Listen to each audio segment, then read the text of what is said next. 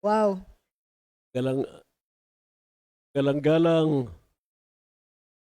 na punong lalawigan, mapagmahal, maunawain, Kikilig ako. Bakit iba ang dating pag si Tito Yuli? higit sa lahat, nagpakita na si Jose Marichan.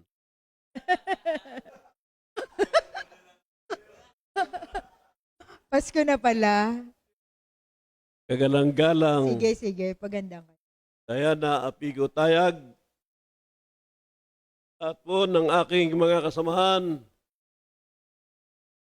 na ako po, sa kabila ng ako'y minority floor leader, o naman po ay inyong nirespeto. Salamat sa inyo, mga miyembro ng Sangguniang Panlalawigan. Inasasalamatan ko rin ang ating sekretariat. Lahat po ng empleyado ng Sangguniang Panlalawigan na nagiging saksi sa ating pagkakaisa dito sa Sangguniang Panlalawigan. Ang nararamdaman po ni Bukal Alex Del Valle sa kasalukuyan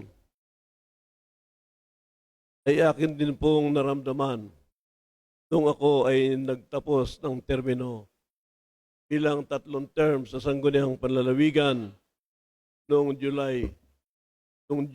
30, 2019. Sana, Alex, salamat ako sa iyo dahil sinunod mo ang payo ko na magmano ka lang, huwag ka magmana.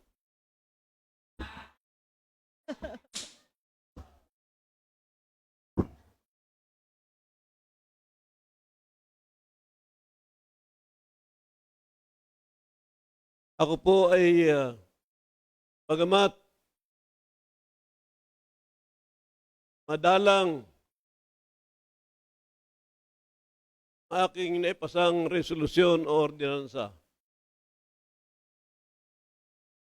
madalang din ang natupad. Kailan-ilan, kalanggalang na vice-gobernador, ang isa pong naipasa kong resolusyon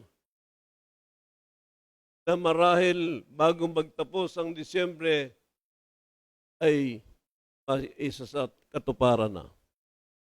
Noon pong ipinasa ko dito sa Sangguniang Panlalawigan ang isang resolusyon na inyong sinang-ayunan lahat na magkaroon ng opisina ang Bureau of Immigration sa bayan ng San Jose. Takop ang buong lalawigan ng Occidental Mindoro. Upang ang ating mga kababayan na nangangailangan ng serbisyo ng Bureau of Immigration ay hindi na pupunta sa Kamaynilaan. At ang intensyon po ng nasabing resolusyon ay upang check up natin or yung mga alien na dumarating dito sa ating lalawigan. Hindi natin alam sapagkat napakarami ang mga may negosyo dito sa ating lalawigan ngunit hindi marunong magsalita ng Tagalog. Dapat alamin kung anong status ng kanilang mga pagtigil dito sa ating lalawigan. Yan po, nais ko rin pong ipaalam sa inyo na tumawag sa akin ang immigration at nakikipag-mowa na lamang sila sa Gaisano Mall. Pagka doon inilagay sa Gaisano Mall, ng Bureau of Immigration. Kaya sa lahat ng gustong kailanganin ang serbisyo ng immigration, mag-shopping kayo sa Gaisano Mall. Isa po sa lahat, marami pa po kung dapat sabihin, ngunit alam kong maraming sasabihin na aking mga kasamahan.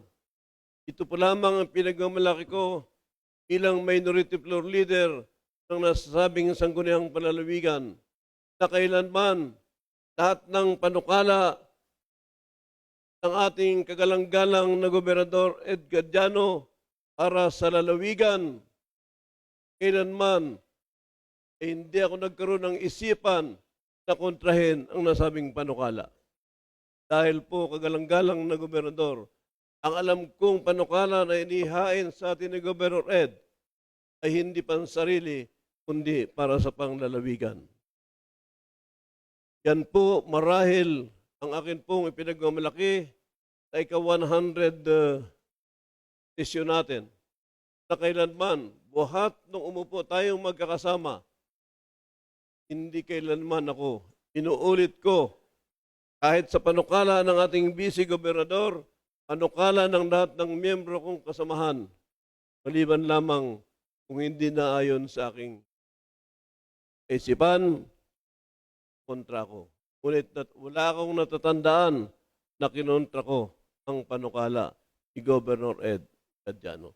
Muli po, sana po ang aking pakiusap dito po sa Sangguniang Panlalawigan, natilihin natin ang pagkakaisa, pagmamahalan sa bawat isa.